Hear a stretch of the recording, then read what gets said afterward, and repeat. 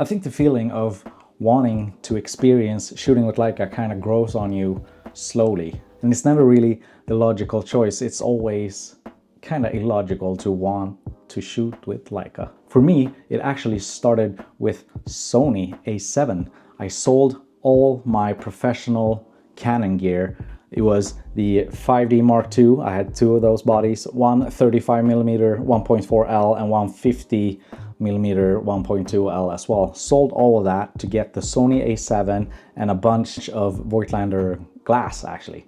So the whole reason why I wanted to move towards something smaller, something that was easier to walk around with and basically do manual focus for the first time properly, was that I felt that I wanted to simplify the whole setup, right? I was lugging around two massive DSLR bodies with these huge heavy lenses, and after a while I felt like I don't want to do this anymore.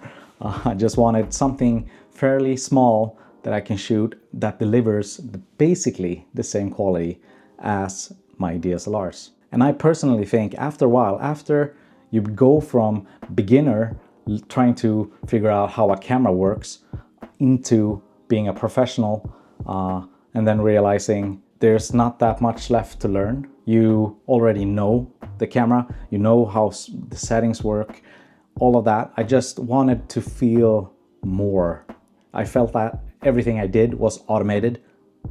With the Canon, even with the Sony with autofocus lenses, I felt like the only thing I do is I hold the shutter and everything else is sorted out for me. I wanted to feel the same way as I felt when I started out, like I had something new to learn. And I think I hit the plateau where I got all this gear and I couldn't go anywhere else. So I started to put limitations on myself. I started to only use the one lens for a whole shoot, stuff like that, right? So yeah, I was over the gear thing in a way. So I just wanted to sell everything, get something small, and to start feel like I was in control again.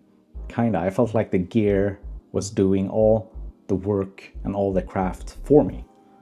And yeah, that was the problem. Not long after that, I got the Fuji X100F. Not long after that, I got the Leica Q just to try out. And when I started using the Leica Q, the Fuji was never used again. The Sony was definitely never used again. It was small, the Leica Q was small. It had everything I liked. It had autofocus, so I was still curious about the M.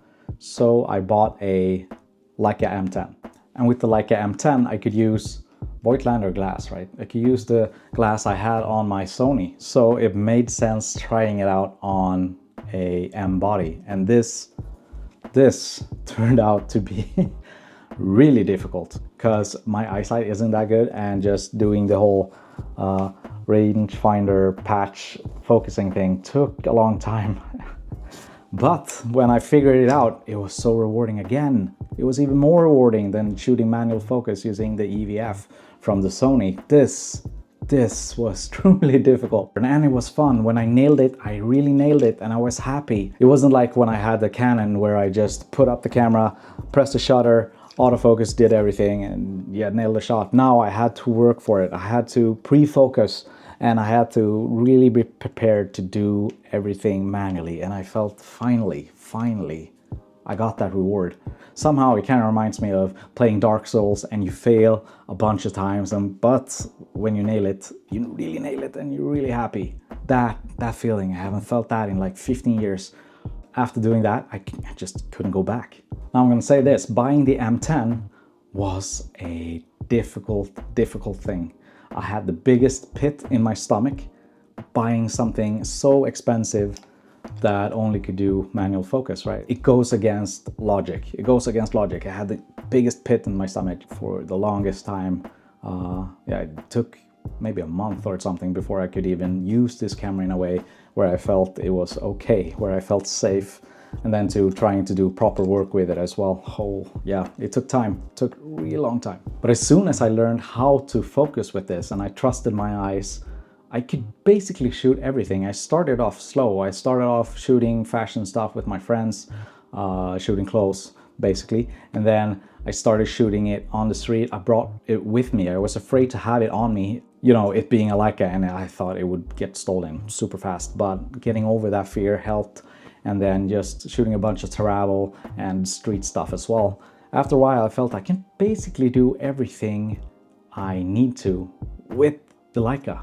The thing that I was most afraid of, portraits fine, I could go slow until I learned to get faster. But the work I was afraid of doing was shooting weddings. Not that I shoot weddings anymore, but when I did, I relied on my Canon doing all the work.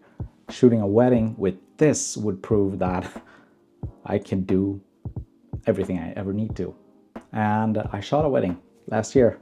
Worked out great. So after shooting wedding portraits, I felt that, yeah, I can definitely do this. I can move, I can shoot couples, I can do this. This is giving me so much more than any automatic focus DSLR thing ever did. I want to feel like I'm doing the work. I want to feel that reward of completing a super difficult task, because it gives me something. Of course, I could just pick up whatever DSLR I wanted, or mirrorless Sony, Canon, whatever, you know, and get the work done, of course. But that's not how I want to do things anymore. I want to feel something when I pick up the camera. It's a really weird thing to say, and it always sounds corny, but yeah, I wanted to use a camera in a way that I felt that I was doing the work, like the art was coming only from me. And this is what Leica allows me to feel. And that's why I'm with the system. That's why I love them so much. So making the jump to shooting with Leicas, I don't know if it's worth it for most people. You're gonna have to have some type of pull where you want to simplify, you want something small, you want the challenge that comes with shooting like this. It's not modern. It doesn't make sense economically. It's a dumb idea, really dumb idea to buy Leicas. Because yeah, you're paying for something that isn't technical specs, which most people are used to. Buying technical specs. You read on paper, oh, it has this super AI focusing thing, that's what I'm paying for.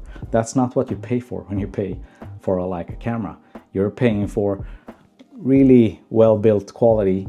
You're paying for the experience of picking up one of these and doing everything yourself. So paying for Leica doesn't make sense. It's a real gamble, actually.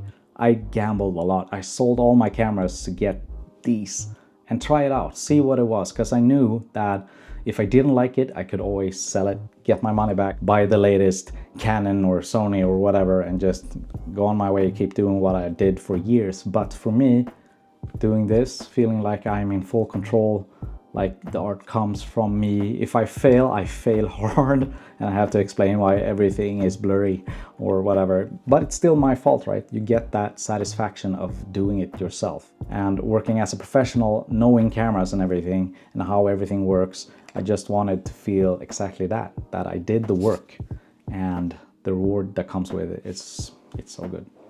Again, I don't know if it's worth buying Leica. It's really difficult to say. It has to come to you.